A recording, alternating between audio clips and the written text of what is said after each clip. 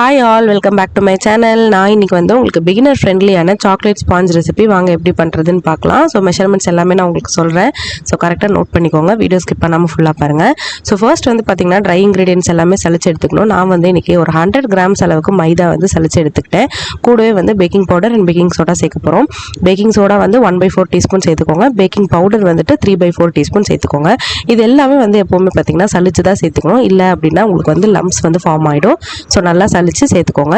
கூடவே வந்து ஒரு 10 கிராம்ஸ் அளவுக்கு பார்த்தீங்கன்னா நம்ம கொக்கோ பவுடர் வந்து சேர்க்க போகிறோம். ஸோ நீங்கள் வந்து டார்க் இந்த மாதிரி நான் யூஸ் பண்ணுற மாதிரி dark colour cocoa powder use பண்ணுறீங்க அப்படின்னா ஒரு 10 கிராம் சேர்த்துக்கோங்க.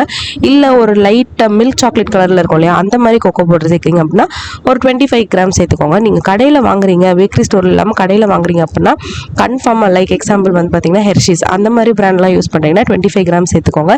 இந்த மாதிரி dark sweet and cocoa powder சேர்க்குறீங்க அப்படின்னா 10 கிராம்ஸே போதும். ஸோ இது எல்லாமே நல்லா மிக்ஸ் பண்ணி நம்ம எடுத்து வச்சிடலாம். இப்போ வந்து பார்த்தீங்கன்னா வெட் இன்கிரீடியன்ஸ் வந்து நம்ம பீட் பண்ண போகிறோம். ஸோ நான் இன்றைக்கி பண்ண போகிறது எக் ஸ்பாஞ்ச் தான் பண்ண போகிறேன். உங்களுக்கு எக்லெஸ் ஸ்பாஞ்ச் வேணும் அப்படின்னு நினச்சிங்கன்னா கமெண்ட்டில் வந்து எக்லெஸ் அப்படின்னு டைப் பண்ணுங்கள், கண்டிப்பாக உங்களுக்கு போஸ்ட் பண்ணுறேன். ஸோ ஃபர்ஸ்ட் வந்து 2 எக் நான் வந்து லார்ஜ் சைஸ் எக் எடுத்திருக்கேன். ரூம் டெம்பரேச்சரில் இருக்கணும். அதை வந்து சுகர் போட்டு நல்லா பீட் பண்ணி எடுத்துக்கலாம். 2 எக்கு கூட நான் 90 கிராம் சுகர் சேர்த்து நல்லா பீட் பண்ணி இந்த மாதிரி ஃப்ளஃபியாக வர அளவுக்கு பீட் பண்ணி எடுத்து வச்சுட்டேன்.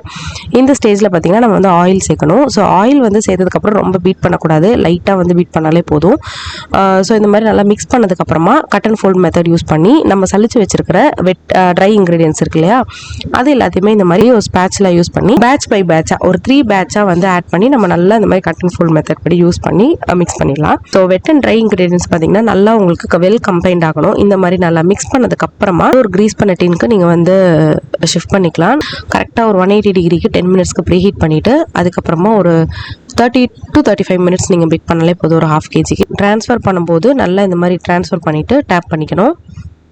ஆல்ரெடி ப்ரீ ஹீட்டட் ஓடிஜியில் வந்துட்டு ஒரு 30 to 35 மினிட்ஸ்க்கு 180 டிகிரியில் பேக் பண்ணி எடுத்துகிட்டு வந்துடலாம். அண்ட் அதுக்கு முன்னாடி நான் ஏற்கனவே வந்து வெனிலா ஸ்பாஞ்ச் ரெசிபி வந்து போட்டிருந்தேன்.